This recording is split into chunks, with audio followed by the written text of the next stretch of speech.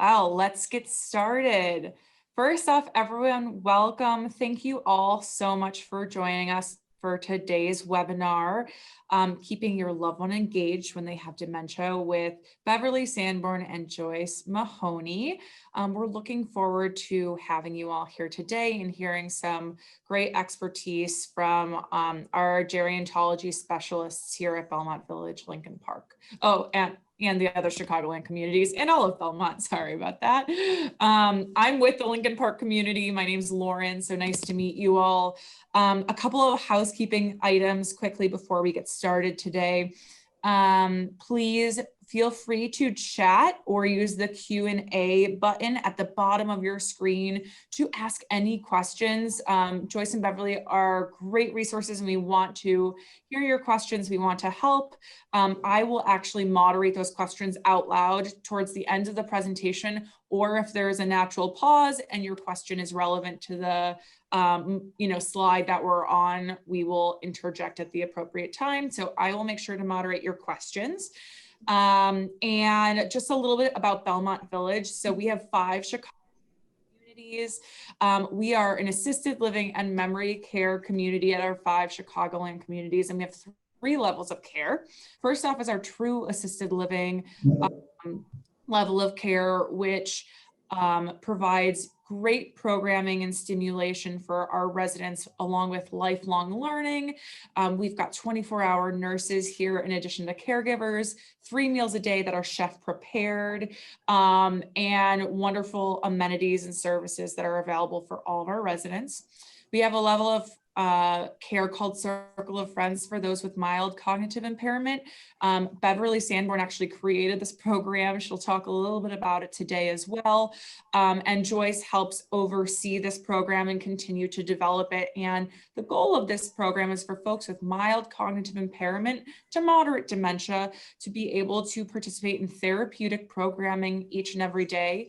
It runs 8 hours a day, 7 days a week. And it was developed again by Beverly using some of the top research from across the country and making sure that we are providing opportunities for our residents to be stimulated each day, to have a routine and structure, and that we can redirect those that have a little bit of memory loss but don't need that full secured memory setting. And then finally, we have a secured memory setting called the neighborhood. And we similarly run a curriculum just like the Circle of Friends. That's 8 hours a day, 7 days a week, ran by enrichment leaders, but it's for a different cognitive level because we don't want to over or under stimulate any of our residents, but it's a simplified environment that has their apartments, their dining, and their activities all on the same floor in a secured setting where they are able to navigate their own area safely. And there's a little bit of a higher staff ratio there to provide more care as needed. So, we'd love to talk to you more about the different Chicagoland communities. We have one in Lincoln Park, Oak Park, Glenview, Grove, and Geneva Road, which is in Carroll Stream. Erin is from our Geneva Road community, and you'll see that she's on the presentation right now, so feel free to chat her. Her name is Erin Blair. But with no further ado, I'd love to pass it over to Joyce and Beverly. So as I mentioned, they are gerontology specialists. Joyce is actually the Regional Vice President of Memory Care and Therapeutic Programming. She has more than 20 years of experience with specialties in therapeutic recreation, psychiatric rehabilitation, behavior management, and dementia training. And Beverly is our VP of Program Development. Again, she created a Circle of Friends program, and she's a nationally recognized gerontologist with more than 30 years of experience working with seniors and their families. Both of these presenters are experts, and I'm so excited for them to tell us a little bit more about how to keep our loved ones engaged. So with no further ado, I turn it over to Joyce and Beverly. Thanks so much, guys.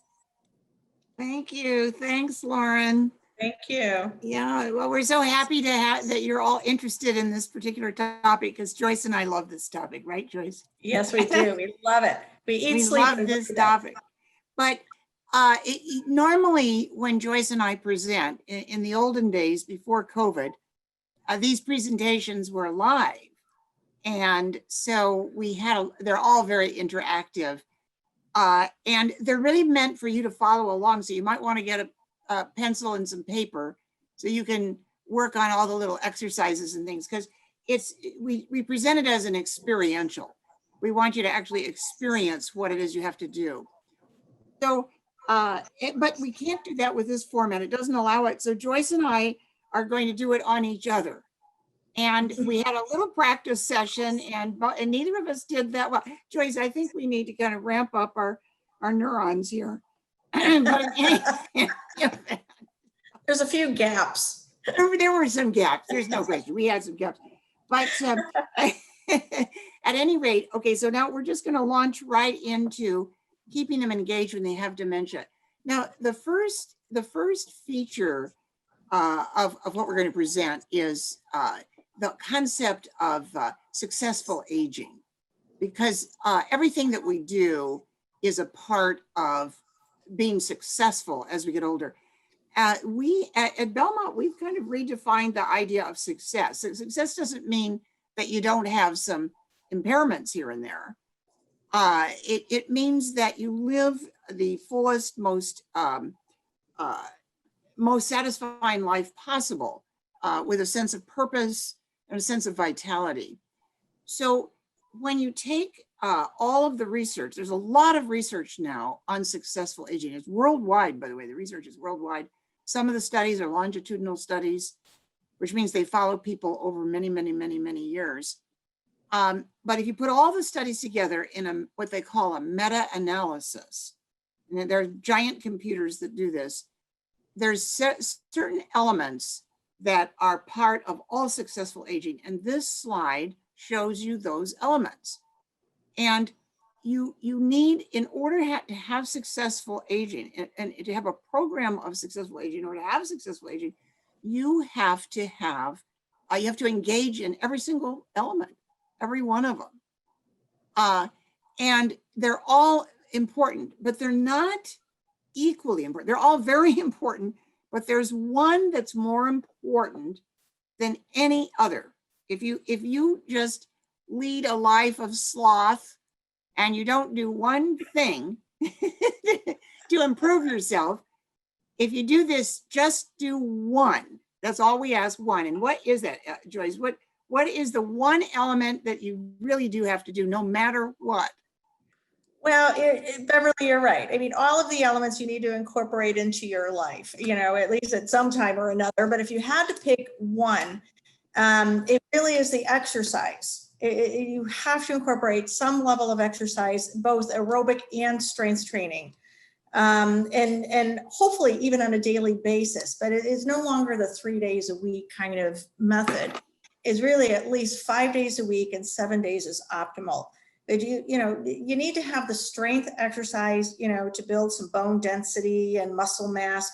But you also need the aerobic activity to get oxygenated blood to the brain. It is very, very important, and it's essential that you do that to keep the brain healthy and vital.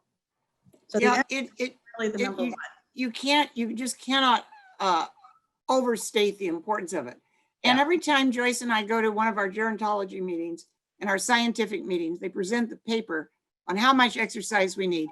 And the last time we went, Joyce, I can't face another one. We don't have time to work. There's no time. We have to spend all of our time working on our successful aging. But they're saying now it's a minimum of 30 minutes, 30 minutes each day, and optimally 45, which is pretty hefty.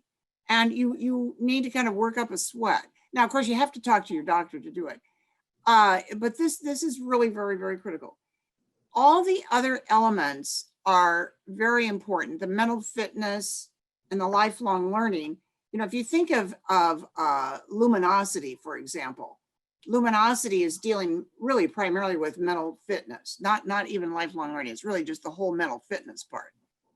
And the reason it doesn't correlate well with some of the successful aging indicators is it's very good for mental fitness, but the rest of it doesn't correlate well, because they don't do the other elements. Okay. The healthy lifestyle is very important, reducing stress. A huge amount of research now is out on sleep. It's important to get enough sleep. The heart healthy diet, the nutrient dense diet. Now, of course, in California, I live in California, and we just practically worship diet. I mean, there's no denying it, really. Trace, it's not like Chicago. It's not. No, we are into it, and nobody eats the same food. Everybody has some new thing that they're putting into their blenders. And I mean, it is really quite something. It's quite something to have a meal with California people. But it's no question that eating a diet heavily geared toward fruits and vegetables is vital. But you know, the other area that's just huge is the strong social network and the sense of purpose.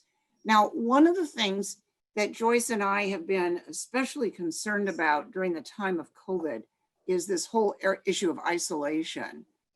And I know, you know, Joyce, I was telling you, my sister-in-law does have a dementing illness, and she has just moved into a Belmont.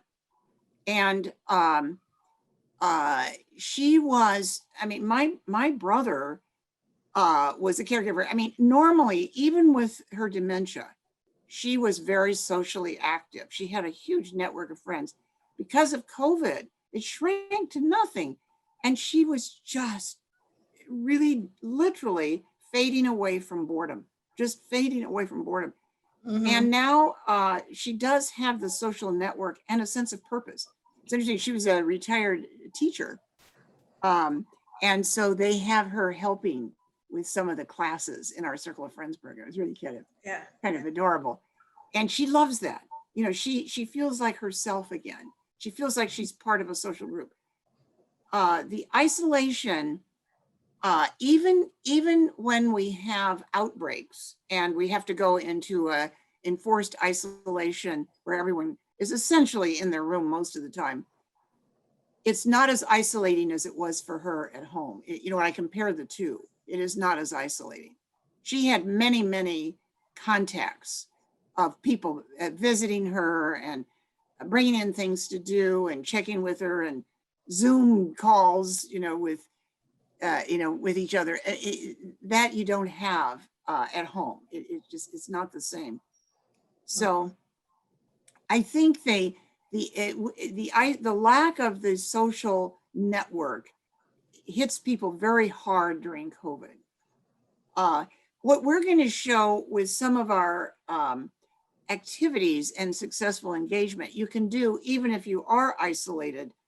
You know, there's another surge now, and so, you know, I know many of you probably are probably isolated. You probably have to be. So we're going to show some things that you can do. They're along the mental fitness line, and they're kind of fun. They're fun, and at least it keeps your brain engaged. And you want to do them with the person that you're caring for, because that's a social contact. Okay, so what we're going to we're looking at how to achieve successful engagement with dementia, and we came up with 2 steps. I did put these 2 steps together, and I thought, wait a minute, what were the steps? Okay, there's 2 basic steps. Okay, right? Okay, so there we are, Joyce. Step 1. And so Jess, maybe you want to talk a little about that, the successful engagement. You have to understand and adapt. And that's one of Joyce's expertise, is how to adapt an activity for each stage of dementia. Mm-hmm. Yeah, and understanding how to adapt the activity for each individual, even within a group format, is very important to us, because we want everyone to be successful in everything that they do. So we want all of the activities, all of the engagement adherent for successful participation.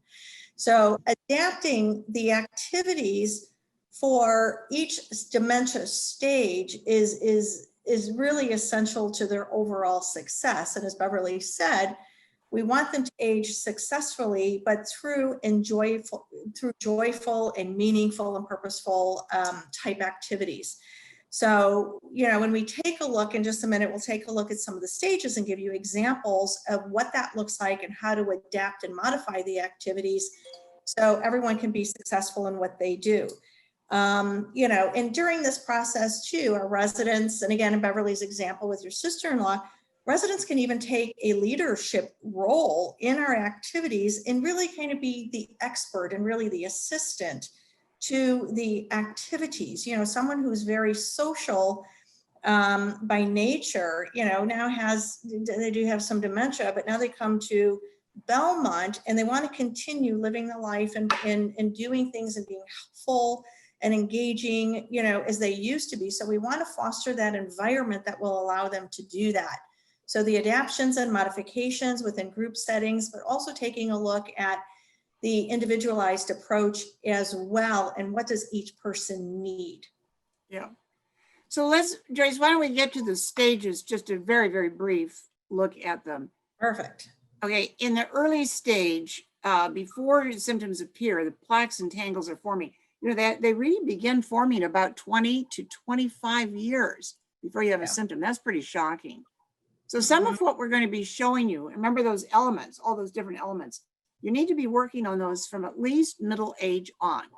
If you've reached that all, well, of course, I don't know what in today's world, middle age, it used to be middle age was about 35, then it hopped up to 40. And now they claim middle age of 60. Yeah, that's what they claim. That's middle age. I'm liking that. 60. Yeah, I know, it's great. I know it doesn't sound good. Yeah, have it be 60. But in any event, but if you are at middle age, you really want to work on those elements. Okay.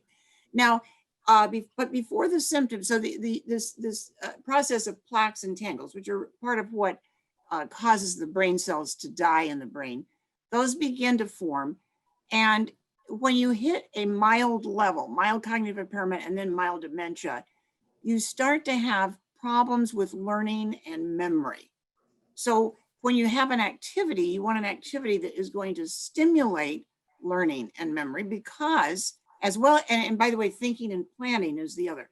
You want all of those, the learning, memory, thinking, planning, because you want to build up what we call cognitive reserve. You want to build up so much, you want to stimulate your brain so much that you actually develop extra brain cells, extras, okay, that will compensate if you lose some through plaques and tangles. Okay, and then the next mild to moderate stage is you begin to lose speaking, understanding speech, and a sense of where your body is in relation to objects around you. Okay, these areas, again, when we know that that is an area that you're going to be losing, then we want to have activities that will, again, stimulate those extra brain cells, okay? Stimulate them. Because you still have other brain cells. Just because you've lost some doesn't mean you've lost them all. And so you're going to stimulate extra neural pathways and so that you function at your very highest. Okay. Then the final stage, the late stage, is what we call the severe stage. And this is a stage where the brain is seriously damaged. I mean, it is really damaged. The brain shrinks and the person needs total care. That's a total care. But Joyce is very innovative in coming up with programs for the very, very late stage. There still is amazing amount, don't you think, Joyce, of what they can do, even in the very late stage? Yeah, yeah. Oh God, even in the late stage, the very end stages, residents can participate at some level. You know, now it does look quite different from someone who's at the early stages or just, you know, mild cognitive impairment, but they're still able to participate in some activities, but really at the severe stage, at the late stage, it's really more of a sensory experience for the person. So we want to set up sensory experiences with familiar and enjoyable things for the person to do. So something that's a little bit more familiar, something a little bit more recognizable. And at this stage, in regards to resident responses, you're looking for more subtle responses such as eye contact, little hand movement, you know, little gestures, head movements, things like that. But we can easily set up sensory experiences, even in little cluster groups for people who are in the later stages, and they're extremely effective for the resident. So the resident still can respond. So anyway, so we'll set these up in little cluster groups, because sometimes it's a little overwhelming in larger groups. So we'll have one of our trained enrichment leaders, one of our trained persons, to actually lead the groups specifically for late stage. And then Joyce, you and I visited our Mexico. We have a Mexico City Belmont, and they have a couple of staff who are particularly interested in the late stage. Did some experimenting. Really, it was quite remarkable. I was amazed because several of them improved, which is, you really don't look. You're not looking for improvement at that. I mean, it's unexpected. And I said, well, they're not even in the late stage now. They said, no, they are. But you see, with this stimulation, there was a great deal they could do. Now, remember, you're always trying to build, again, this cognitive reserve. You're always trying to build extra nerves, brain cells that can fill in when the others are damaged. And so the step 2, the first step then is to know what stage the person is in, so you can adapt to that stage. The second principle and the second step is that everything you present has to be new to the brain, and it has to be a mental stretch. And that's the tricky part, because you can have a lot of fun with things that aren't new to the brain and aren't a mental stretch. They're still fun, but that's not going to build cognitive reserve, and that's not going to maintain your mental functioning. So we make it fun. It has to be fun, or nobody's going to do it. Let's face it, you won't. So, but it has to be a lot of fun and have a sense of purpose, but then embedded in there, it has to be new to the brain and a mental stretch. Actually, we found that people love the challenge. They like it new to the brain. I mean, it's fun. Yeah. So let's get into it, Joyce, because we don't have a huge amount of time, so we want to give you a chance to see what does all this look like. Now we're going to use the Circle of Friends program, which is the one that's specifically designed for mild to moderate dementia. The principles in Circle of Friends are the same for everything, whether you're in an independent living, a regular assisted living circle, or even in our late stage program that we call neighborhood. The principles are all the same, but I think it's easier to kind of see. The Circle of Friends illustrates better than the other programs. It's more easily visible. The results are more easily visible. So we're going to focus on that. This is an 8-hour-a-day, 7-day-a-week program. It has a corporate calendar, and it has certified enrichment leaders. The groups are small. Joyce was talking about clusters. Groups are small because people function better in small groups. Now they have to now in the time of COVID. It's required by the Public Health Department, but actually humans like it better. People like to be in small groups. They don't like these giant, big crowd things. No. The little small clusters, that's what we all like. So it's been very successful, actually, the little small clusters are. We also track and trend, by the way. We do follow-ups. We do a whole series of assessment tools to make sure that what our goals are. We have goals for every program, and what we want to make sure that the goals are achieved. But we're not going to get into any of that for this talk. Okay, so now we're going to enter the Circle of Friends, and we keep it in a U shape. That's what this illustrates, is the U shape. So there's no humans there. Now you have to think of today in COVID, they have to be 6 feet apart. So that's a little tricky. That U looks a little different, but we've made it work. Surprisingly, we have made it work.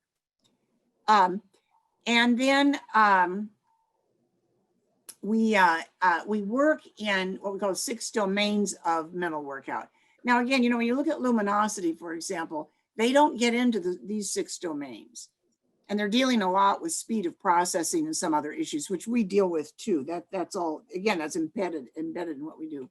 But these are the basic domains that all of our programs, and this is all of our programs, whether it's independent living, assisted, circle, or the late stage, they all use these domains. The circle ensures that there's at least some element of these domains every day. So we're very, rigorous about that. But so Joyce, which is your favorite domain, Joyce? We have our favorites. Oh my gosh. Well, it's not the mind, memory, body movement. I kind of have 2 left feet. So Yeah, I have to admit, it's probably learning something new. And for me and for actually a lot of our residents, they express a sense of curiosity about their environment, about the world around them. And so there's a sense of curiosity to want to know more about it and to learn about it. So the learning something new is my personal favorite. I like that one too. I think my favorite is the critical thinking. That's the one that some of the neuropsychologists have said that all of us in today's world of tweeting and twittering and, oh, I don't know, Facebooking and whatever. I mean, we've sort of given up speaking. The critical thinking involves a lot of organizing, thinking, and speaking. And, I mean, we're becoming kind of, well, we're not mute, but we've almost given up. We've almost given up on that one. So that's one that we work on that as a staff, not just with, right? I mean, that's really very important. Okay, so let's get into what our day looks like. It begins with breakfast, and I want you, those sausages are heart healthy. I hope. Tofurkey. It's tofu. Yeah, tofurkey. Okay. And then we have exercise, and this is one of the exercise classes that gives you an idea. I mean, the exercise is pretty real. It's adapted for every level. Now, we also start, we not only have a physical warm-up, but we have a mental warm-up. This would be an example of a mental warm-up. And we're not going to do this because we don't have time. I was going to have, Joyce, I was going to ask you to do this one, but you're off the hook. But the idea here, take a list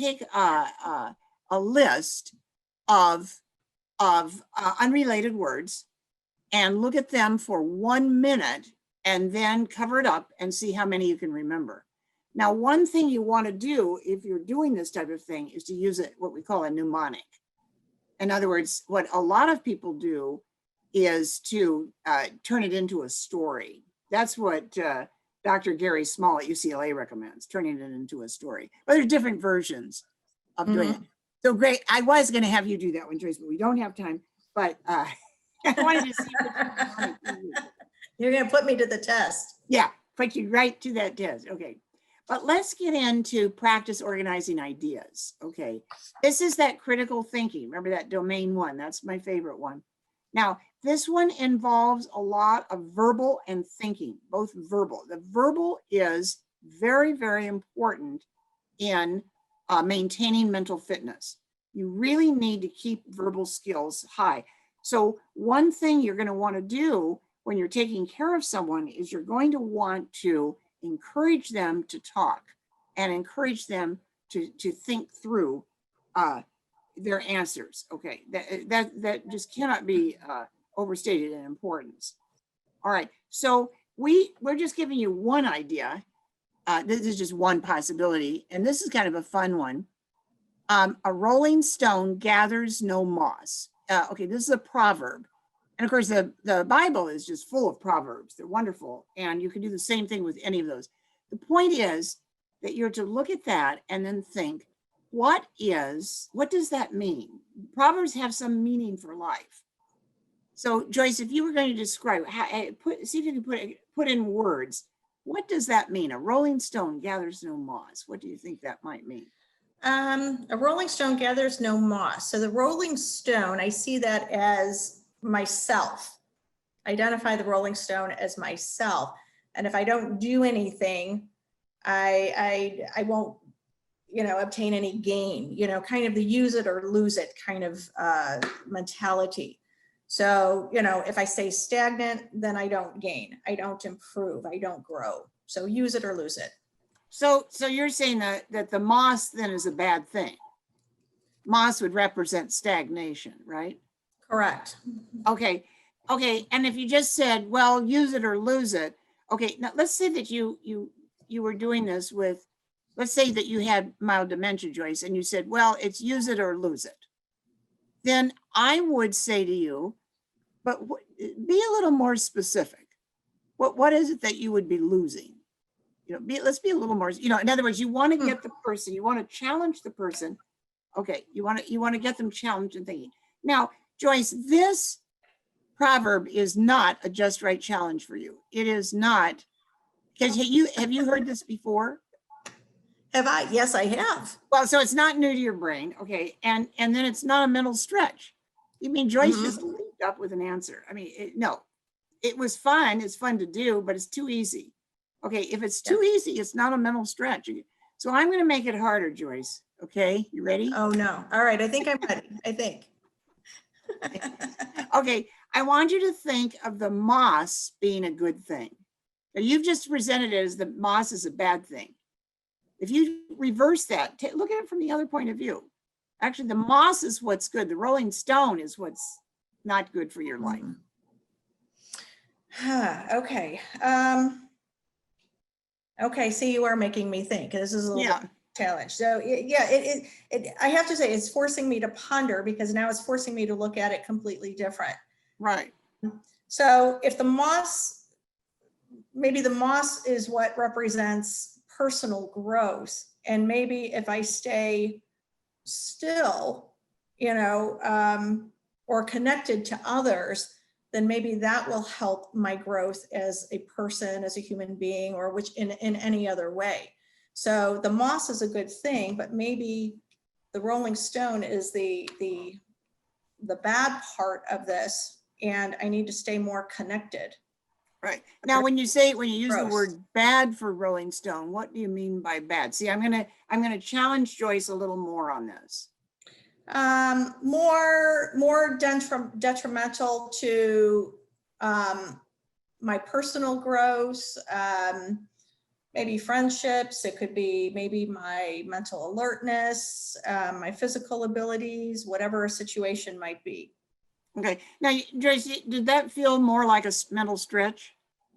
It did. You made me dig a little bit deeper rather than, use it or lose it, which is a very common term.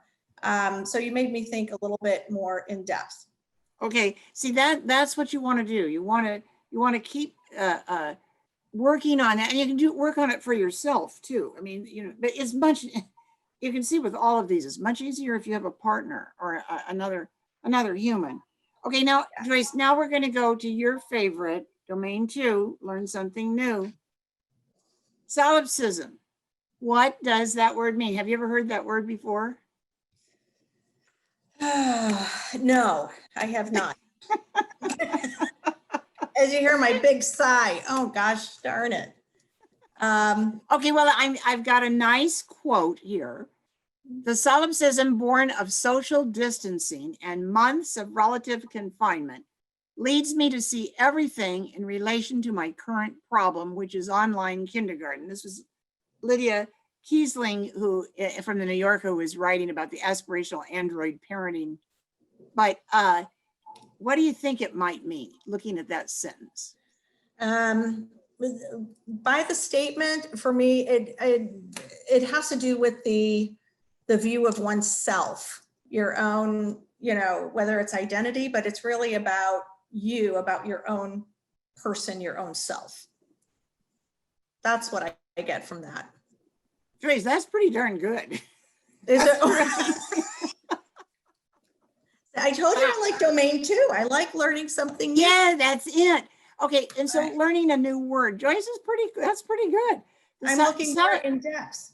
Yeah, I mean, solipsism, I think it started as a philosophy that one can only know what you yourself perceive. You can't really know anything else in the world. But the word has now in common usage you really means self-centeredness or ego-centeredness. So you actually are seeing it a lot now, because there is a lot of self-centeredness and ego-centeredness floating around in our media frenzied world. And so people talk about this word, but now you would want to take that word and then use that in a sentence and use it sometime during the day, or, use it with your friends. Now, admittedly, when you work on words for learning something new, you can lose friends rapidly, admittedly, it gets difficult. But this is a good little exercise learn a new word a day. Mhm. And especially when at home and there's not a lot going on, it's kind of fun. And you'll find words like this in the newspaper, if you still read newspapers or magazines, or in the media, and then just look it up and then use it. Okay, that's one good example. All right, now we have another one. Oh, this one's great. Now this is in domain 3, is using your mind and memory simultaneously. It's always good to make your brain work at 2 functional levels at the same time. So this one, okay, Joyce, this is it. Uh-oh. And you can do this with every letter of the alphabet. Well, some letters of the alphabet, like X, are going to be a little rough. But most letters of the alphabet, you can do this. Okay, but we're going to pick B. We're picking B, Joyce. Okay. In 1 minute. Well, let's just Animals. Okay. We'll go back and forth and see every animal in the animal kingdom. See how many birds, beasts, one-celled creatures begin with the letter B. So I'll start with bacteria. Oh my God, bacteria. Okay. Bluebird. Okay. Blue-nosed whale. Dolphin. Blue-nosed dolphin. Oh my God. Okay. I was going to say the blue whale. Yeah, blue whale is a good. Bighorn sheep. A boar. Wow. Okay. Bison. Boa. Barracuda. Oh my gosh. Bullfrog. Bullfrog. That's a good one. Barnacle. What was it? What was that one? Barnacle. Barnacle. Bumblebee. Oh, bumblebee. Okay. Blackbird. Did you do blackbird? No, I said blue. Okay. Oh gosh. Well, a bear. How about a bear? Okay. A bat. Oh gosh, that's a good one. Bobcat. Bobcat. Just running out of animals. I'm afraid. Brontosaurus. Okay, we can stop. This gives you an idea. Now, in this Oh, thank goodness, I was running out. Yeah, I know. We stopped it. We stopped before the moment of embarrassment is where we had to stop. But it's these are fun games. And you also want to work on speed of processing here. Because one thing that does happen is, this is true with aging anyway, your processing gets slower. So you want to work on speed of processing. I want to give you another idea that Joyce has used in some of her talks that I thought was quite fun. This is one, the same kind of a thing. In this one, you're looking for words or phrases containing the word home. So your example here is home sweet home. So so Joyce, I'm going to say homecoming. Ah, okay. Well, in our COVID times, homebody. Homesick. Homestead. Home care. Oh gosh. Home improvement. Home plate. Homesick. I'm running out of them. I know, I'm thinking it. I think, oh shoot. Homeboy. Oh my, a home on the range. We can stop here before the point of embarrassment. Okay. Oh, well, you get the idea. Yeah, you get the idea of this. Okay, these are again, sometimes we use these as warm-ups, and sometimes we use these as mind memory games. But these are things you can do in the car.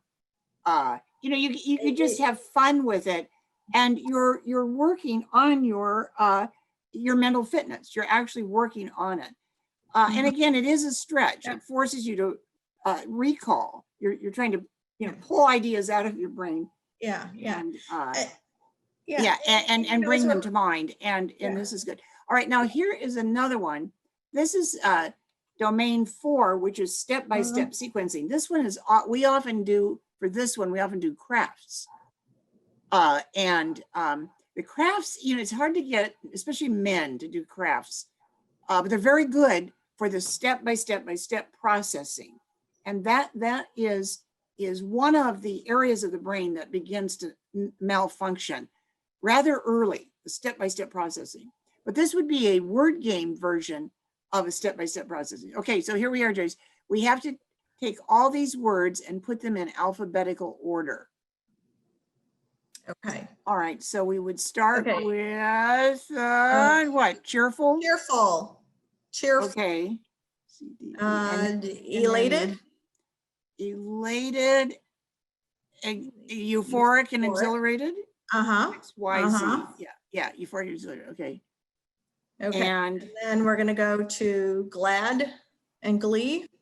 yeah, glad and glee. Okay, glad. And then the J's, let me see. Jovial, joyful, jubilant. Yeah. Joy. No, wait a minute. Jovial. Yeah. Yeah. Jovial, Okay. joyful, and then jubilant. Jubilant. Okay. Yeah. And then we've got Overjoyed. overjoyed, proud, Proud. and thrilled. Thrilled. Okay, so you want to be able to do all those in a minute. Now let's stop. Or did we with do this. glad and glee? Did we do glad and glee? I think we missed glad and glee. Well, there you have it. I jumped ahead. We jumped ahead. We missed glad and glee. You can't have them all. Joyce, you cannot have So them all. clearly it was a challenge. We even made a mistake on that one. We just bypassed the G's and went to the J's. Yeah, I don't like the G's anyway. This is good. Say no to the G. And the point of this too, one of the things is that, you can do these activities, we do these at Belmont, we have fun. You can tell Beverly and I, we banter back and forth and we just have a lot of fun with it. And it's okay. You make a little mistake, you laugh about it, and then you just continue the play. But these are activities that you can also do at home when you're driving in the car. It could be one-on-one, with your husband or wife or and even sometimes with the grandkids. It's fun. The grandkids just absolutely love doing this with the grandparents. They just have so much fun. And, that's a huge key factor too, to make it enjoyable and fun as well. I think the grandkid, that's a very cute, except that they're so darn quick.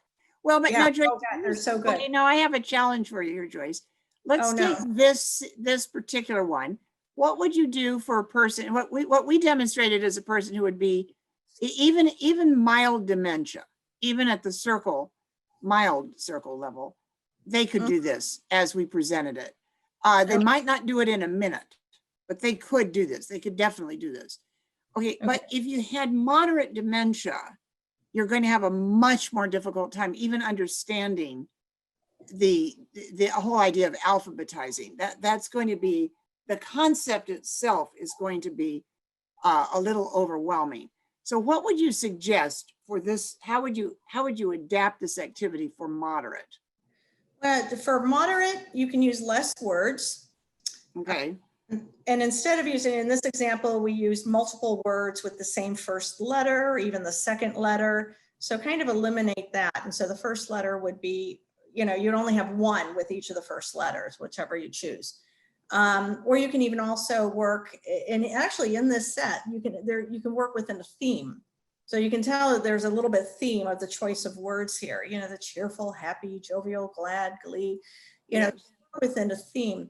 But, less words, fewer words, and then don't use as many multiple first letters as the same. Well, the other thing too, I think, Joyce, is that you'd want to give prompts. And then you give the prompts, you give the hints and give the So you give a lot of hints. Right. So Mhm. you would come up with hints all the way through. Mhm. And which, by the way, coming up with a hint is good for your own brain. Yeah. Because you have to think fast on your feet to do that. So that's good for you as well. Mhm. Okay. Absolutely. Okay, now this next one, Joyce uses this next one. Now I think this one's rather difficult. Long-term memory. Okay, this is pulling out your recalling long-term memory, but it's also a speed of processing and it's a visual spatial. So you're to look at those numbers. You are not to rotate the paper or your head. Mhm. Okay, Joyce, no rotating. even though you're All gonna right, want to. Okay. I'm sitting still. I'm not moving. Okay, you have to sit still, no rotating. You want to say which of these are normal and which are reversed. Mm-hmm. So the first one, what do you think for the first one is I say it's normal. normal, normal, and reversed, right? Well, You- I think it's normal, reverse, reverse. Normal, I'm wanting to reverse. right now. Oh yeah, I think you're right. Normal, reverse, reverse. Okay, these are tricky. I think these are really awfully tricky. Okay, now the second line, what do you do for the second one? Normal, Normal, normal, reverse. normal, reverse. Yes. Okay, we agree on that one. And the last one is normal, Normal, reverse, reverse. normal, reverse, reverse. Yeah, I think so. Normal, reverse. Okay, these are challenging, and these are very good for your visual spatial, which we don't get enough practice in. Most of us, our brain doesn't do that. Now, here's another long-term learning. Here are words that you hear a lot: flotsam and jetsam. You hear those words a lot. What's the difference? What do you think, Joyce? What's the difference? Flotsam. What is flotsam and jetsam? Flotsam is the things that float in the water, things that are in the water, floating, wreckage, kind of things that are just in the water. You know, kind of think of, you know, all the waste that's in the ocean. Is that? Yeah, like the plastic that's floating around and stuff. Yes, exactly. Okay, that's flotsam. So what is jetsam? Jetsam are things that are tossed into the water, into the open water. So they're kind of, you know, you take things and you throw them overboard, or you toss them. It's the action of tossing it into the water. Yeah. And see, these are the kinds of things that you knew once when you were in school. And Joyce, that's pretty good. You're still remembering them, but most people can't remember. Yeah. Joyce's memory is pretty good, but she's been doing these brain things. So her brain is really, you know, hopping there. And then who was the only person to serve as both vice president and president without being elected by the Electoral College? There's only been one. Do you know that one? No, I don't know. I'm leaving that one up to you. Gerald That Ford. one would be a little overstimulating for me. Okay, his last name is the same as a famous car that we all drive, that people drive. Ford. Yep, there you go, Ford. And then another fun one is to name the presidents. You'd start with Trump and go backwards. Is it harder to go backwards? And see if you can end up with Warren G. Harding. Actually, I never could. I can't end up with Warren G. It's very funny though, when we do this with our staff, they can't even get down to Nixon. The residents can, actually some of the residents can get to Warren G. Harding, but our staff, they can't even, actually a lot of our little staff can't get to Ronald Reagan. It's really kind of shocking. But Well, and this too, for an adaptation, you can offer kind of multiple choice options, you know. So when you're talking about the presidents or well, anything for that matter, provide the options to the definitions, or with the presidents, is it this president or is it this president that comes next? yeah. You know, in the order. Well, and like I did for you, Joyce, give a clue. At the moderate level, you're going to give a lot of clues, a lot of hints. Yep. And so you're still encouraging them to do it, but give the hints. You want a person to work on the material, struggle a little bit, you know, when they're at a higher level. So that's one of the changes. Now, this is a fun one. Again, this is involved with your using multiple brain parts, but try to draw the outline of the map of the USA. Now, we see that all the time. I mean, my gosh, you see that like daily, but it's hard to sit there and draw it. It's hard to actually draw that map. And I know, you know, in Texas, when I've ever tried that in Texas, you should see what they do to California. It's really quite horrible.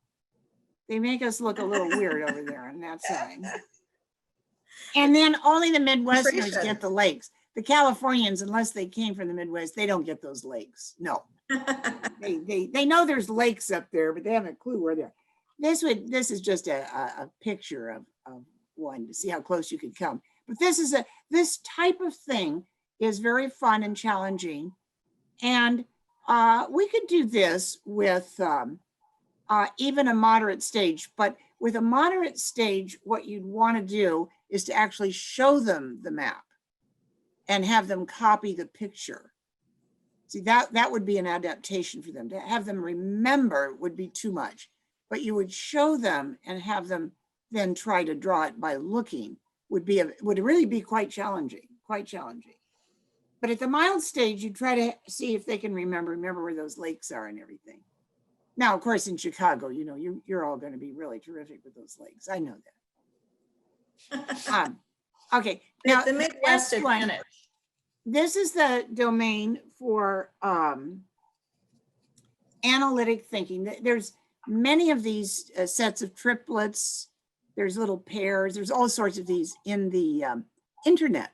So you can find these and they really are kind of fun, but they make you think, what is the one thing in common in the following sets? Okay, so what would you say for artists, automobiles, and cooks? Joyce, what do you think is the one thing in common? I was going to say professions, but automobiles doesn't fit. No. Each uses oil. Yes. Oh, that's good. Yeah, oil. They all use oil. Oil paints. Yeah. What about water, baseball players, and pantyhose? Oh gosh. That one was weird to me. Water, baseball player, and pantyhose. But what do they all do? I'll give you a hint. Okay, you're making They all run? Yes, they they all all run. run. Oh, look, Lauren's that popping in run. here. Okay, Lauren, you pop right in. Things that run. Now how about this next one? This next one's hard. Pork and beans, music, discharged employee. Things that are canned. Good, that's good. Yeah. They're all canned. Canned. Flowers, kitchens, and poker games. I can tell Lauren is liking this. Yeah. What do you think, Lauren? Flowers, kitchens, and poker games. Lauren, you're on mute. We can't. Oh, there you are. I know. I don't know the answer. I think that's my Well, issue. what do they use? They all. But Lauren, we're going to see if you can get it. Yeah. Well, let's give her a hint. Flowers, kitchens, and poker games. What do kitchens have? The clue that'll give you the clue is kitchens. In a kitchen, you have a lot of something to cook in. Oh, pot. Pots, yeah, pot. See, now this is how you adapt. This is actually how you would adapt this for moderate. You just have a lot of clues. You come in armed with a lot of clues.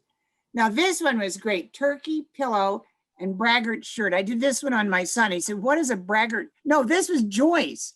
What is it? Is it a button down? I tried that one on Joyce before. Joyce, don't get, Lauren has to do that one. Okay, all right. Joyce thought we were talking about, did she want to know if it was long sleeved or button down? No, that's not a braggart shirt. It's a braggart shirt. I have not heard of a braggart shirt. Okay. No, well, there isn't any such When we thing. came up with really. the answer, then it made sense. Yeah, turkey, pillow, and braggart shirt. And again, your clue, I think, really is pillow.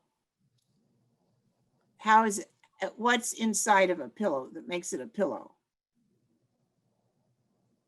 Or how about Thanksgiving? What do you have for Thanksgiving? Stuffing? Stuffing? Did you say stuffing? Yeah, they're all stuffed. Things that are stuffed. Stuffed shirt. Okay, and mink, baked potato, and peaches. I first wanted to say things that are fuzzy, but that would not be. It's not really baked potato unless that potato is really things with- old. I know, things with skin. Yep, skin. Skin. See, these are very fun, and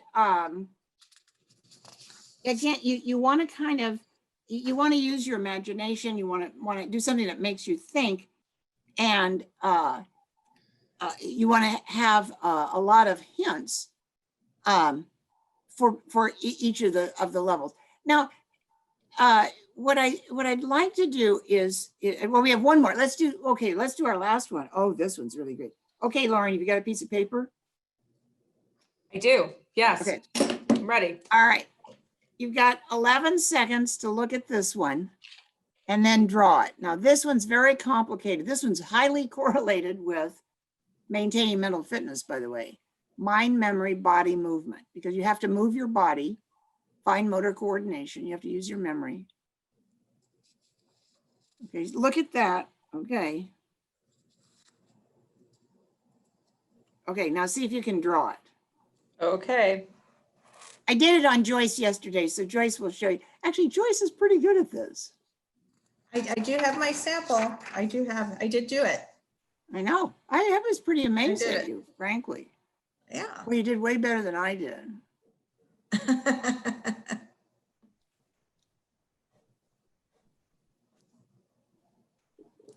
Okay. Do you have it, Lauren?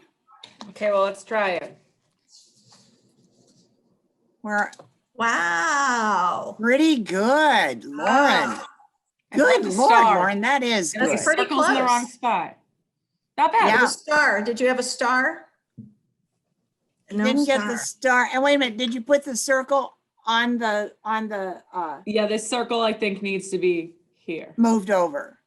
But that's pretty good. That's Okay, really good. now, this is way too complicated, even for circle of friends, mild dementia. So for circle of friends, you would simplify it. And actually, when we first started doing this with a circle of friends, we had them look at it. I mean, so in other words, you'd cut it, maybe you'd cut it in half, or you would just take one square, or one rectangle. You take one rectangle, and that's all. You wouldn't have all the rectangles. You just take one. And then the first thing to get them warmed up is to look at it and copy it. And then later you have them look at it like we did and then hide it. Okay. Now, one thing we haven't talked about, and we have just a few minutes. Whoop, what do we have? 1 minute? What do we have, Lauren? Yes, we have 1 minute and then we have several great questions from the audience. So, Okay, take it away. so let's just say in a nutshell, Joyce, for late stage, you could actually do all the domains, but what would you do? What changes would you make for the late stage? Oh, gosh. The late stage, you can even just take, even a couple of objects in your hand, so again, when we talked earlier about making it sensory, so make it visual. Yeah. And you can have two different objects in your hands and then kind of take them away, and which ones were they? Was it this or was it this one? So again, give cues, because sometimes in the late stage, they can't necessarily write well or use the paper and pencil. So again, using objects instead of the drawing. Using object and keeping it quite sensory. Yes. So there's some tasting, smelling, feeling. Like for example, So using an orange, using some fruit, and then giving them the taste. You can smell, and then you can taste and touch. like for example, rather than showing all of these, you maybe have 3 different fruits. That's right. And say, okay, now we're going to look at fruits. Mm-hmm. What fruit is this? And then name the fruit. See, that would be very challenging for a late stage. Yes. And would be a just right challenge. Okay, I think, why don't we go to the questions? That's our proverb for our program. We don't give up on people. Just because you have a dab of dementia does not mean you have to give up on having fun or expanding your brain or learning something new or doing critical thinking. Or having friends or having a purpose. You can still have a whole life. Mm-hmm. That's right. So, I think we've learned a lot today. Clearly, I feel like Beverly and Joyce could talk for hours about the different activities that we could do with, different cognitive functioning levels and how to stimulate different parts of the brain. However, I think the biggest question that I've gotten from 3 different people actually is, in a time of COVID, how does this work with keeping your loved one engaged over the phone? So we talked about, getting your grandkids involved and doing it in the car with your loved one as you're on the way to a doctor's appointment or something. But, we're in a unique time, and we've got a couple of questions on how can we do this over the phone? What do you guys think about that? Gosh, over the phone. Over It the would be, phone. it would definitely be better to do it Zoom if you could, Yeah, Zoom or that you have a visual. But that presumes that the person knows how to use it. Right.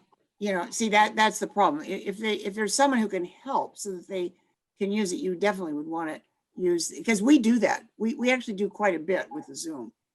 Just the straight phone, over the phone.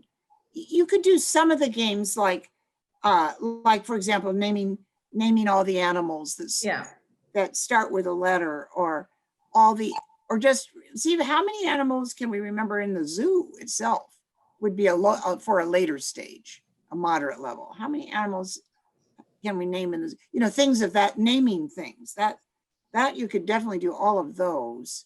Coming up with lists, so, each person on each end would be coming up with their list, and then you're reinforcing the fine motor with the writing as well.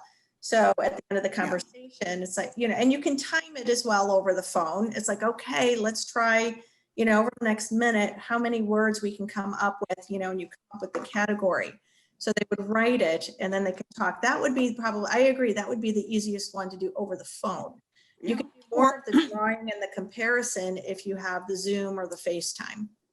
Yeah, the Zoom or FaceTime would really help. You can also make lists. What we found is that our mild and moderate stages love making lists. It really is fun. Okay, let's think of, now we're kind of cooped up because of COVID, but let's imagine that we are going to, let's make a list of everything we need to take to Paris, that kind of thing. And then come up with a list. And then you have to remember, now, if it's high functioning, then each one of you can, you will make a recommendation. Like, one will say, well, you have to have a suitcase. Okay. Then the next person has to remember suitcase and add something. Well, I want to have my hand cream. Okay, so suitcase, hand cream, and then and then you go back and forth. That kind of a game. Those are good games with list making. They really do love lists.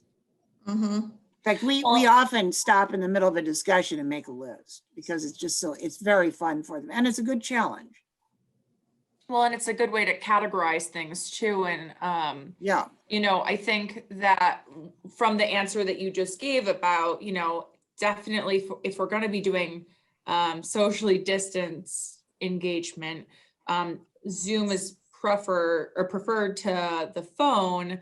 But it does depend on the level of cognition of that person, and kind of where they're at in their progression of dementia. And so one of the questions we got was, do MoCA scores correlate to the different stages of memory loss, and kind of how does that apply to the programming that we do? So I'll let you talk a little bit about that. Well, the MoCA scores they do. What we've found is that in a circle of friends ranges from 13 to about 24, 25 out of 30. MoCA is a cognitive assessment that has 30 items. And 13 is kind of iffy. It's on the border. But and then we divide in for our groups, we have 2 levels. We have a circle 1 and a circle 2. Because we found that they do better in homogeneous groups. They thrive when they're with the same level. A lot of people think, well, gosh, I don't want mother to be with lower function people because they'll pull her down. But the opposite is true. If, I could see that, with my sister-in-law. I was thinking, because we're a very verbal family. We're always just rattling on. And she can't follow us anymore. She cannot keep up. She doesn't know what we're talking about. And instead of trying to keep up, she just withdraws. Now, when she's in the circle in the Belmont, she's just the star. She just loves it because it's adapted for her level. But it's one of the fallacies of thinking that if you're in the group that's higher than you are, it'll pull you up. Actually, the opposite. We have found with our evidence-based, it's the opposite happens. Yeah, you do much worse. But yes, the MoCA does indicate where you belong.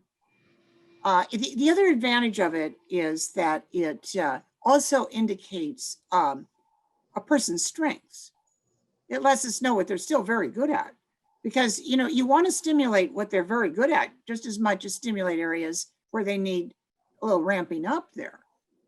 Yeah, you want to give them a chance to do what they're really good at. Mhm. So the MoCA guides us that way too. We're actually right now we're going to be experimenting with some new tools that are going to be kind of interesting. We work, Joyce and I work with the neuropsychologists and researchers, and what we do is we take the research and translate it into a program. What would that research finding look like if it were a program? Mhm. And the same is true with the MoCAs. And we don't use just MoCA either, by the way. There's several other tools that we use. Yeah. And so, another question that we're getting a couple of people asking about is, right now, I think all these brain games and different examples of activities that we've gone through are things that people want to do with their loved ones. And so, do you have any recommendations of games or workbooks or just books in general that have these kinds of lists and ideals that people can purchase or rent from a library or anything like that to work with their loved one at home with? Oh, that's a very good, Joyce, you're really up on that one. Oh gosh. The resources. Some of the examples that we showed today, you can Google, brain games and different things will come up. Yeah. And different challenge levels as well. So from our perspective, we can find something and get creative or create our own for that matter. And just take one idea and just kind of adapt it and modify it for each of the functional groups. But you can go to Barnes and Noble and there's different puzzle books. I think they even have them in the grocery stores too. But again, you want to make sure that they're appropriate for each of their functional abilities, their cognitive abilities. Yeah. Don't get frustrated with any of them. Oh gosh, the names of the books, I don't have a list with me right now. But well, really, there's one group that we use that I really like. It's called Attainment. I think that's what ATTAINMENT. And we've used a lot of their ideas. They've done a lot of research on it.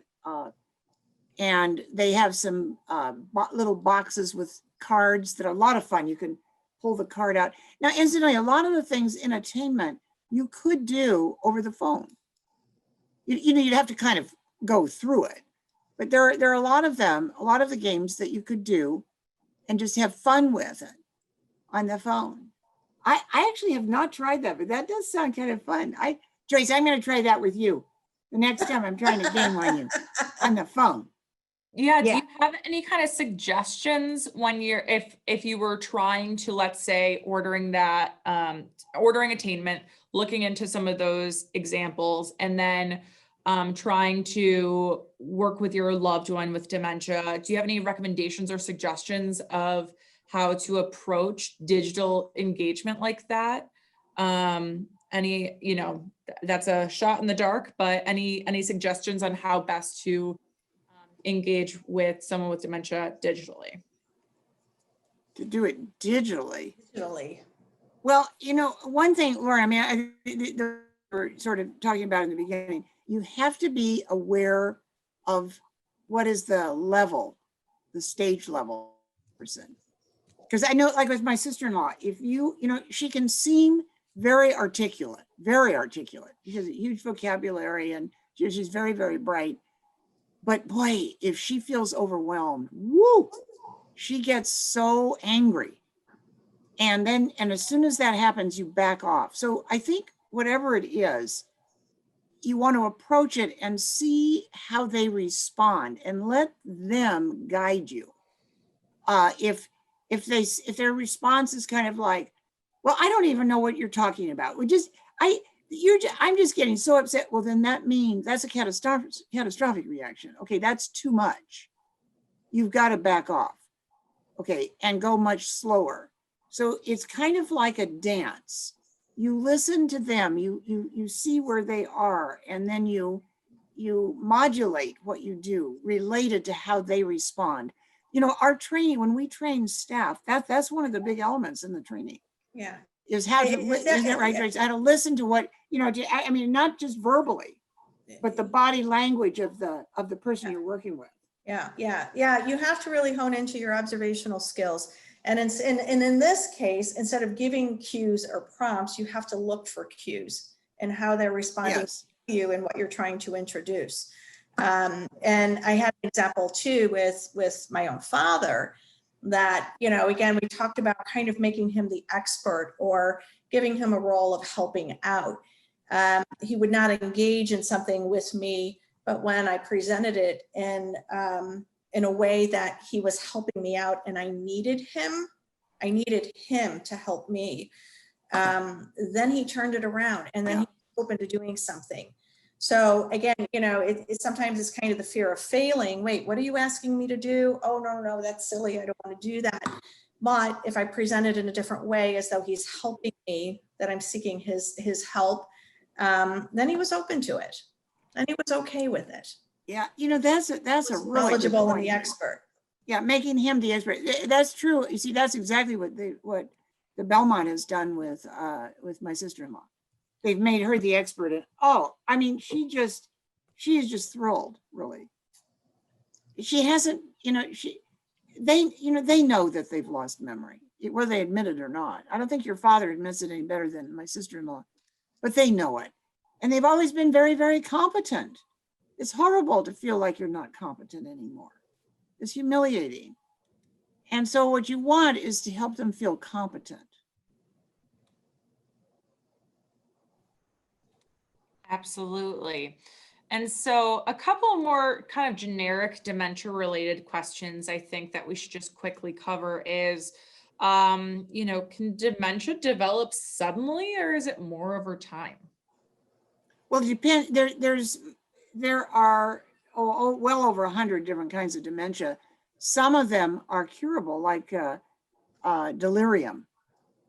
Delirium, I know when my husband was very, very ill, he had dementia from delirium. It was the first I've ever seen such immense amount of delirium. Oh my gosh, it kind of shocked me, frankly.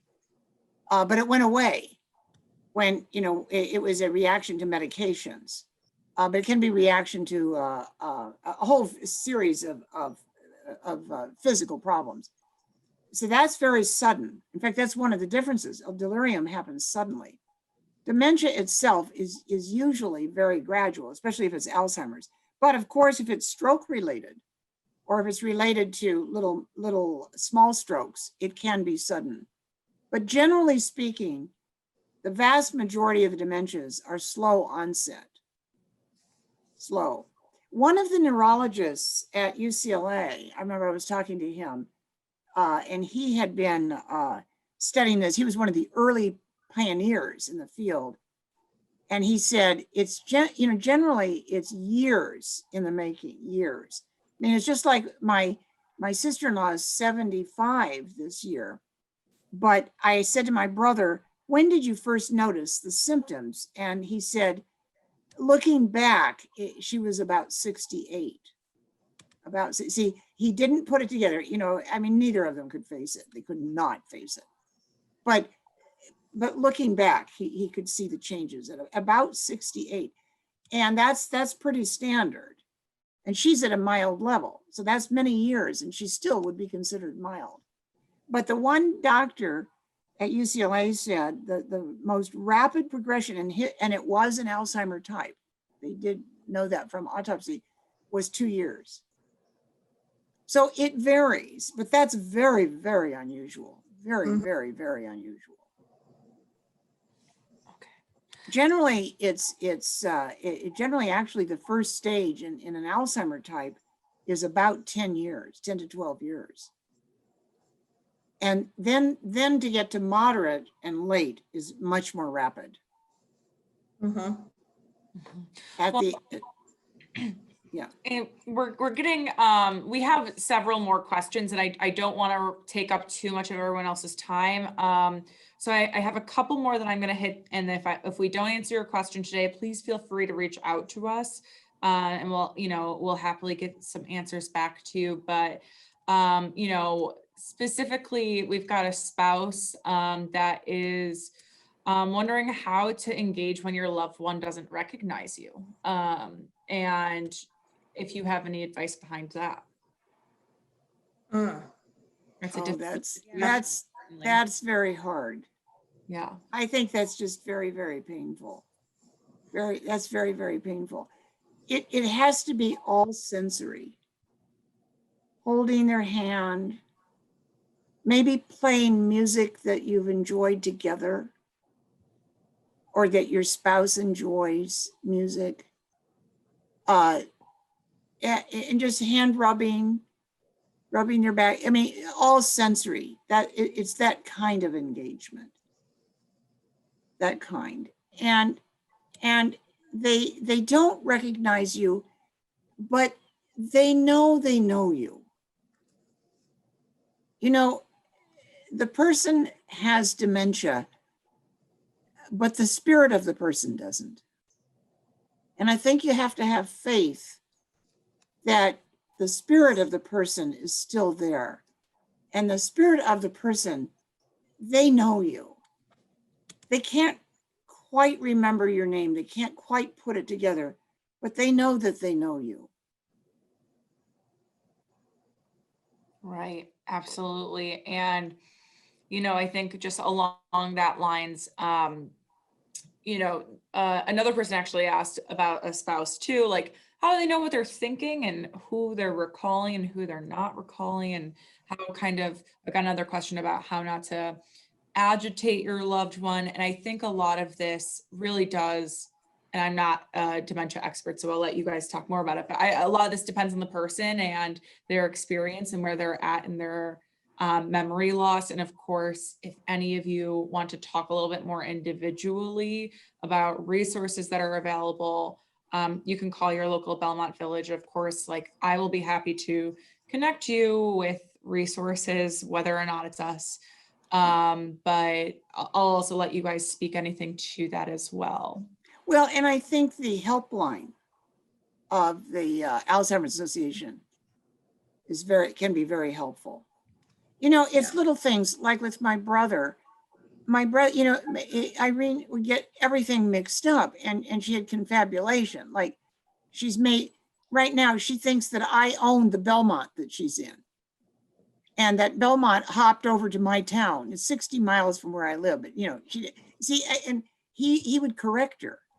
It bothered him that she got everything mixed up. She gave us all PhDs and things. That was kind of fun though. I kind of liked that part, but I mean, she just got mixed up, and her memories weren't accurate, and he would try to correct her. Well, see, that just made her terribly upset.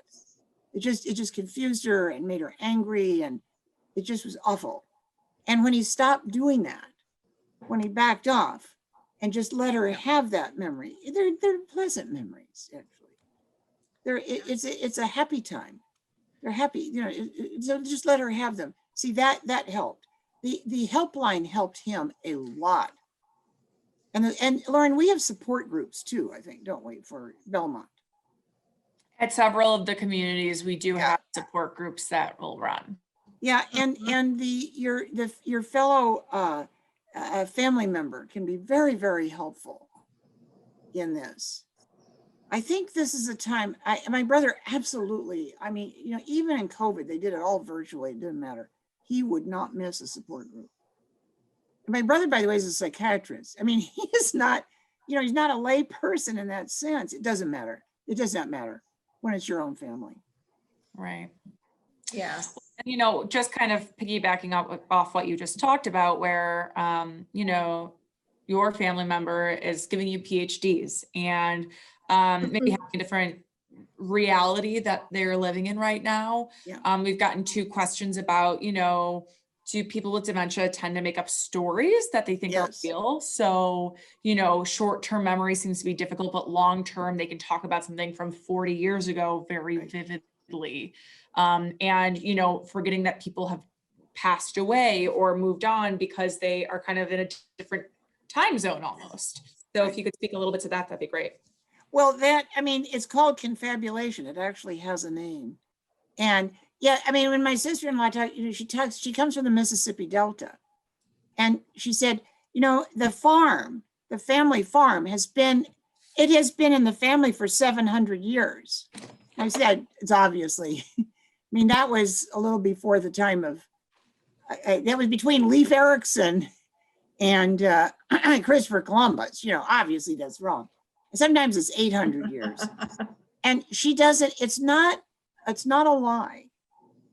She just doesn't put it together anymore. See, it's that judgment is gone. And you know, but if you really listen to her, the memories that she's put together are happy. They're happy. She's created in her mind, she's put her life together in a way that's really very positive. And I wouldn't want to disturb that. Yes, and they do. Yes, they get very confused. The past, you know, they have recent memory loss, but really they've lost the past as well. Yeah. Sure. And I think in those cases too, it's as difficult as it might be to not step in and correct them. But you're right. I mean, it'll cause more confusion than, you know, you're going to want. And so it's really kind of stepping into their world in that moment and that minute or that hour or that day. And, you know, their reality is their reality. It's true to them, and that's what they believe. Yeah. So we, you know, have to kind of adjust our approaches and our responses to fit their reality. And so, you know, in Beverly's example, you know, well, okay, the family farm been there 7 years. Oh gosh, you know, God, that's a long time. That's great. So even though you know that, you know, what's true and what isn't, sometimes you find yourself kind of going along with it, because within the statement, there is some truth within the statement. And as the receiver of that information, you're trying to decipher what is the truth, you know, and then here comes your response. But it really is stepping into their world and in their reality in what they know in that moment. Yeah. Yeah, absolutely. And I think that we got another question about, you know, if this person's mother, they're forgetting about asking if they've seen someone that's passed away. You know, what should they do in that situation? Should they correct them or should they go along with it? And I think the answer is definitely to, you know, if they're asking, have you seen my mom in a while? Well, no, I haven't seen her in a while is a pretty decent answer, because it's not a lie, but it's also, you know, agreeing with the reality that they're in. Yes, I think that's right. You don't want to say, no, your mother died. See, Yes. because again, remember, they're creating it really is a need, I think, to connect to some place where they feel comfort. And where they know what the heck is going on, because their world is very, very confused. Sure. So yes, you don't, whatever you do, you don't want to add to the confusion. Yeah, you definitely don't want to do that. Yeah. And so one of the last questions I'm going to take here for today, just because we'll wrap up, is talking a little bit about the idea of, you know, we've got iPads now and new technology that everyone has at their fingertips. Do you have any recommendations for games that would be loaded, or games that will help practice the different domains of the brain that are on an iPad that they can download, or, you know, any other kind of technology that we might have already on our phones or iPads that we can use with our loved ones? Well, you know, I have to say this, Lauren, and actually, Joyce, this is something I haven't talked to you about, but because, you know, both of my sons are very involved with computer games. They have, from time to time, worked on creating computer games, and so they love these games. I personally don't, but there has been research on computer games, video games, and it's very, very positive for maintaining the brain. And so both my sons said, you see, Mom, I told you. So, so I've tried it, you know, like, what is that one? Oh gosh, my granddaughter got me doing that one. Oh, Joyce, you probably know what it is. Your grandkids probably got you doing it. Crazy Chicken or whatever the heck it is. Oh, I don't know. Angry Bird? Angry Bird or something. I don't know, whatever but actually those are very good for speed of they really are. They're good for speed of processing. Now you probably know a bunch of other ones, Joyce, but I just will add that the research is actually quite strong on these darn games. they are good for you. I don't know if they're good for our kids to just sit and do nothing but the games, but as we're older, they you know, they are kind of addicting too. Mm-hmm. Yeah. There's one that's a little spatial reasoning where you have to fit different modules into this little grid. It's not Tetris, it's not that, but there's all these different little shapes that you have to fill in. And so again, you know, simple problem solving, but it's kind of fun, and you just kind of slide them over and they have to fit just so. And when you kind of run out of space or with certain shapes, you know, then again, the game's over and then you start again. So it's a little addicting. I'm not a fan of like the Candy Crush, you know, those kind of things.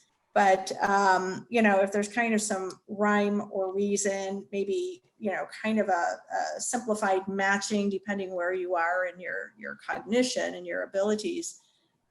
Sometimes, you know, kind of a simple matching, you know, you know, might be a little fun. And, you know, and again, even if it just stimulates, you know, little stimulation, little is better than none at all. And if the device itself is what is appealing to the person and they're going to engage with because of the device, then have at it, definitely do it. You know, and there's some that are, you can actually draw, you can color, you can, oh gosh, no, I'm trying to, well, I mean, you can even do, you know, like the Sudoku. Sudoku is good. I like the Sudoku, and then there's different challenge levels on that. Right. Very, you know, good. Super challenging, super challenging. Yeah. You know, I personally like those myself. Yeah. So those might be a few that you can try. Absolutely. And thank you guys for that insight. And then we just got one last question here of Catherine, who's moved into her parents' former home a year ago, and want to bring Mom for a day visit. And her concern is it will make her sad. Oh, I see. So they want to bring Mom back to her former home. And, you know, they've made some changes in the home. She wants to bring back the happy memories that are there, but doesn't want to upset her, is my understanding. So do you think that's worth trying for a day with a loved one that has some memory loss, is, you know, trying to maybe reminisce in their old home? I think it depends on the person. That's my gut. Yeah, I think it would depend on the mom. Is the mom asking about the home? Is she asking to want to go back? Is there a desire to go back to the home? Right. If that's the case, then perhaps kind of prepare Mom for going back, that there might be a couple little changes, you know, but put a positive spin on it, you know. Oh yes, Mom. Oh God, the house is wonderful. And you know, I can't wait for you to see it. I did add my own little flair to it, and I decorated a little bit, you know. So you kind of, you know, prep her a little bit in advance. But my big question there would be, is it Mom who's wanting to go back? Because you can still reminisce about the home without going there. So you want to ask yourself, you know, is it going to cause some trauma or sadness, well then, well, maybe you'd want to reminisce, not going back to the home, but maybe talk about the home and look at pictures of the home. Maybe a scrapbook with all the photos. Mm-hmm. All the photos would be better. Yeah. There's a certain risk in returning. You can actually see the home through some of these virtual, those virtual gizmos that you put on over your eyes. I mean, it's really quite astonishing. Yeah, virtual reality. Yeah. Someone But even asked about that too. Right. But the thing is, the reminiscing, remember the reminiscing is confused in the brain. It's being kind of reorganized and resorted. Yeah. So it's not really the memory that they had. It doesn't look like what they had before. You don't really know what their reality is now. Yeah. And so it could be just quite disastrous. Right. Well, Yeah. and I think that there are so many different great questions we've gotten here today. Everything from generally speaking about, Belmont programming to, the specifics of how to engage our brain for all sorts of different levels of cognition to some specific family questions too. And we thank Joyce and Beverly so much for their insight and knowledge that they've shared today. We definitely have gone a little bit over, but thank you so much for, joining us today, everyone. We're thankful you attended. We'll have another event actually with Joyce for navigating the holidays with loved ones with dementia on December 8th at 4:30 Central Time. Yes. You're welcome to join us then too. And we'll send out a recording of this as well to follow up in the upcoming week or so. So keep your eyes peeled for that. Reach out to your local Belmont in Chicagoland if you have any other specific questions, and take care, everyone. Bye-bye. Hey, thank you. Bye.